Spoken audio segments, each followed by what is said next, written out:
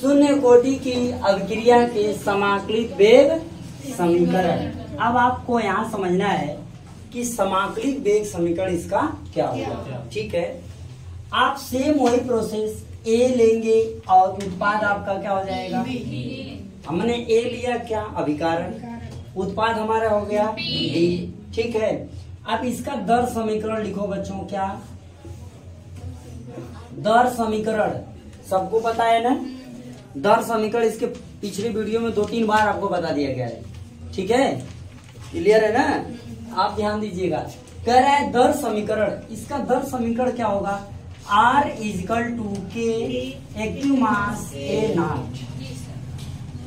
इस अभिक्रिया का दर समीकरण, राइट। कोई किसी को यहाँ कंफ्यूजन है या नहीं है?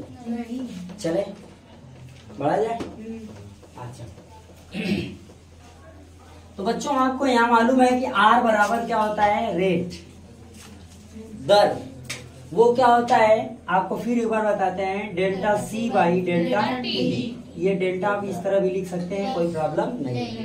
अब ये अभिकारक का अगर होगा तो माइनस लगेगा और उत्पाद का होगा तो राइट है। अगर अभिकारक की अभिक्रिया की दर लिखना होगा तो माइनस में और उत्पाद की अभिक्रिया की दर लिखना होगा। किसी को इसमें किसी प्रकार की समस्या है या नहीं है? नहीं है, चले तब आ जाओ। तब रेट बराबर इसके लिए हम लिखेंगे minus delta active mass A by क्या dt होगा, minus d active mass A by dt is equal to K active mass A0 होगा बच्चों। किसी को कोई समस्या, कोई कंफ्यूजन नहीं है? आप सभी लोगों को एक चीज पता है कि किसी के पावर अगर शून्य होता है बच्चों तो उसकी वैल्यू कितनी होती है, 1 होती है। उसकी वैल्यू कितनी होती है? अगर मैं यहाँ पर लिखा हूँ एक्टिव मास A के पावर 0 तो बच्चों इसकी वैल्यू क्या होगी, 1, राइट। किसी के पावर अगर हम क्या रख दिए, शून्य रखते हैं तो उसकी वैल्यू कितनी होती है, 0 की 1, क्या होगा? जी बिल्कुल, एकदम समझाते हैं। ये बात समझ में आया? अगर किसी के पावर 0 है तो उसकी वैल्यू कितनी होगी, 1। लेकिन कैसे होगी, नो आइडिया, यही ना। आओ आइडिया देखते हैं, चला जाए आइडिया पे। तू कहाँ है, तेरा मुरझा लो भाई। ठीक है, ध्यान से देखो, मुस्कुरा के पढ़ोगे तो याद नहीं होगा जी। अब मुरझाए रहोगे तो कुछ आएगा समझ में नहीं आएगा। आओ देखो, अगर किसी के पावर 0, सुन लो, मान लीजिए हमने लिख दिया 112। जी सर, कितना लिखा मैं, 112। और इसके पावर में लगा दिया क्या, 0। इसकी वैल्यू क्या होगी बच्चों, समझ में आया? नहीं आया, अभी नहीं आया, राइट। अगर मैं लिखा x और इसके पावर लगा दिया, इसकी मान कितना होगा? बात यह है कि सर खाली यही लिखेंगे कि बताइए करेंगे कैसे एक होगा? आज जब पूछ रहे हैं सर कैसे होगा तो आप ये बढ़ाते चले जा रहे हैं। ये तो इसे थोड़ी समझ में आएगा। अब देखो समझ में कैसे आएगा ना। आओ देखो, इसको बताएं, इसको बताएं या इसको बताएं? किसी को बताएंगे, सबका तो वही होगा ना। तो किसको बताएं? तीनों बता दो। चलो 112 को ले लेते हैं। 112 के पावर हमने क्या लिखा, ध्यान समझना। किसी के पावर 0 होने का मतलब हो गया कि समान संख्या में से समान संख्या निकाल लें, तब ना 0 होगा। अच्छा, ये लिखा है 112 का पावर कितना, हम इसको लिख सकते हैं बच्चों 112 के पावर 1/112 के पावर 1 लिख सकते हैं कि नहीं? हाँ या ना? चलो अभी बताते हैं कैसे। हाँ, क्योंकि 112 का पावर क्या है, 0 है। आपने कहा सर नहीं लिख सकते हैं, हम कह रहे हैं लिख सकते हैं। आओ देखो कैसे लिख सकते हैं। ठीक है, आप गणित में एक सवाल लगाते हो x के पावर 2/x के पावर 1 ना, नॉर्मली तरीके से ऐसे खच दे काट के लिख देते हैं x, कहते वाह लग गया, है कि ना। लेकिन ये होता कैसे, का ऐसे खच दे काटा जाता है? नहीं, देखो x का स्क्वायर बाई x लिखा हुआ है, यहाँ पर पावर कितना है 1, जहाँ कुछ नहीं वहाँ। अब बच्चा देखो इसको करते क्या है, यहीं पर नीचे लिखा जाए, इसको क्या करेंगे, ये x का जो स्क्वायर है, यहाँ पर x का पावर जो 1 है ये नीचे है, यही पावर वो कहाँ चल जाएगा, तो बच्चा ये हो गया माइनस। समझ में अब आया। अब भाई x दोनों समान है ना, तो भाई ऊपर चल गया पावर, बात हो गई खत्म। अब इसका मान कितना हो गया, x के पावर कितना, 2 में से 1 गया तो 1 बचा। समझ में आ रहा है। ये x का पावर 2 माइनस 1 है, तो x पावर कितना बचा, यहाँ चीज ये भी तो है। एकदम एकदम घबराओ, हम बताते हैं। चले आगे। अब आइए, ये कितना है 101 अरे 112 पावर 1 फिर बटे 112 पावर, तो इसको भी तो हम लिख सकते, सेम संख्या है ना। जब संख्या बराबर होती है तो जब पावर नीचे वाला ऊपर ले आएंगे तो वो संख्या भी उसी के साथ चली गई। आया, तो ये क्या हो गया 112 के पावर 1 हाई। जो 112 है, 1 में से 1 जाएगा तो क्या आएगा, यहाँ 112 पावर का आ गया।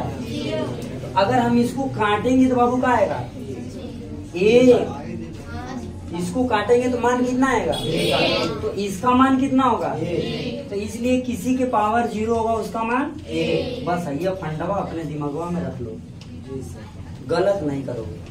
किसी के भी पावर 0 है, इसका मतलब है कि उसकी वैल्यू 1, चाहे वो कुछ लिखा रहे, किच्छु लिखा रहे, कुछ भी लिखा रहे, अगर पावर में क्या हो गया तो उसका मान क्या हो गया, एकदम बात खत्म ना, एकदम बात खत्म। चले, एक्टिव मास A0 की वैल्यू कितनी, जहाँ पर एक्टिव मास A0 है वहाँ पर क्या रख देंगे।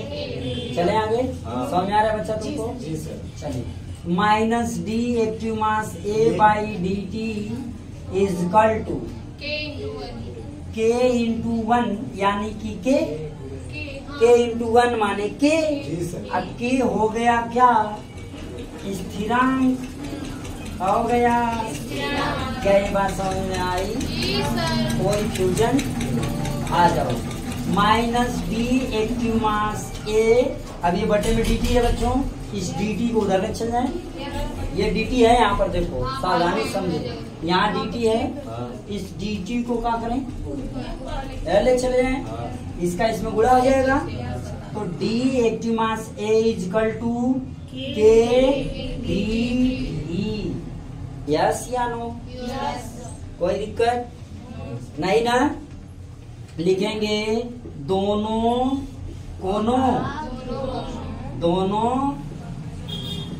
पक्षों का समाकलन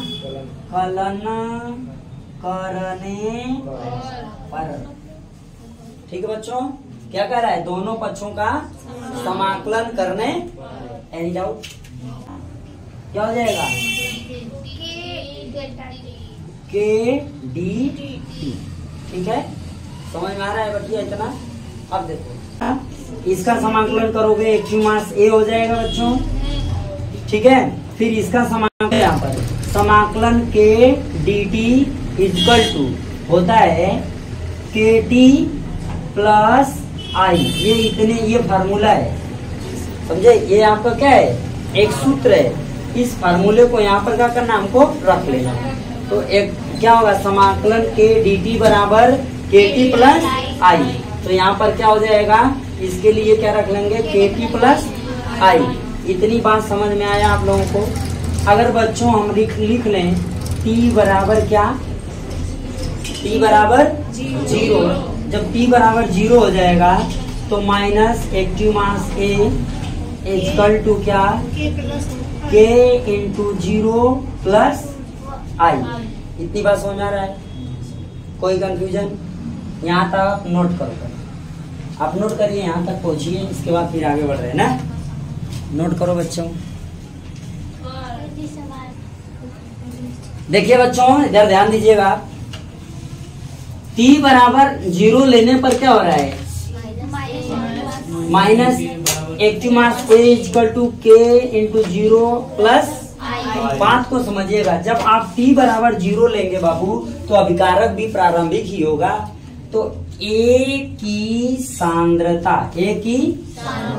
सांद्रता बच्चों हो जाएगी एक्टिव मास ए नॉट। समझ गए बात? समझ रहे हो?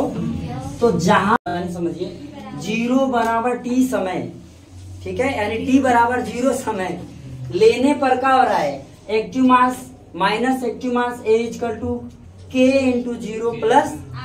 वही चीज यहाँ पर देख लिया जाए थोड़ा सा बच्चों, देख जाओगे। मतलब यहाँ पहले समझो, ए की जो सांद्रता क्या लिए हम, एक्टिव मास ए नॉट। तो active mass A equal to क्या हो जाएगा, एक्टिव मास हो जाएगा। चले अब देखो, तो जहां पर ये मान रखा हुआ है, क्या रखा हुआ है, माइनस एक्टिव मास ए, तो यहाँ पर रख ले minus active mass A equal to क्या है, के तो 0 हो गया, 0 हो गया, और ये प्लस बच गया आई। अब यहाँ पर जो माइनस है उसको क्या करें, उधर ले चले जाएं। ठीक है, बोलो हाँ या ना। और इसकी जगह हमने क्या लिया है, ए नॉट लिया है। तो अब ये क्या हो जाएगा, active mass A naught equal to minus, clear है। अब यहाँ पर लिखेंगे माइनस आई का मान कहाँ रखने पर, समीकरण 1 में रखने पर। अब देखो यहाँ पर आई बोले या माइनस आई बोले, समझिए। अगर हम माइनस आई बोलेंगे तो ये जो मान रखेंगे माइनस में रखेंगे। अगर इसको आई बोलते हैं तो ये मान माइनस में होगा, ये आई होगा। कोई कंफ्यूजन नहीं होना चाहिए, ठीक है। चले जाए समीकरण पर। और समीकरण 1 बच्चों हमारा क्या है, यहाँ पर। समीकरण 1 कहाँ पर है, यहाँ पर, ठीक है। तो समीकरण 1 में रख लिया जाए, तो minus active mass A equal to K T क्या हो जाएगा, प्लस जो आई का मान है वो किसमें है, यहाँ पर देखो जो आई का मान हमको मिला है किसमें मिला है, माइनस में। प्लस की जगह क्या रखेंगे, माइनस कितना रखेंगे, active mass A not, right. अभी यहाँ पर किसी को कोई कंफ्यूजन? तो बच्चों अब देखिए यहाँ पर थोड़ा सा आगे बढ़ते हैं। तो के टी इजिकल टू क्या हो जाएगा, ये यहाँ पर क्या है माइनस में, इधर आएगा तो क्या होगा प्लस में। तो हो जाएगा एक्टिव मास ए नॉट क्या माइनस एक्टिव मास ए, ठीक है। तो के इजिकल टू बच्चों हमें क्या मिलेगा, यही आपको कमेंट में बताने हैं। के बराबर आपको क्या मिलेगा समीकरण। बच्चों आपको इस सवाल का जवाब कमेंट में देना है। देखते हैं कितने लोग जवाब बताते हैं, ओके। अगर समझ में आया तो यस, समझ में ना आया तो नो। फिलहाल आइए देख लेते हैं क्या आप लोग कष्ट करेंगे ना। अब देखो के इक्वल टू क्या हो जाएगा, active mass A not minus active mass A by क्या, बस बच्चों ये हो गया शून्य कोटि के अभिक्रिया का समाकलन वेग समीकरण, ओके। अब नोट कर लो इतनी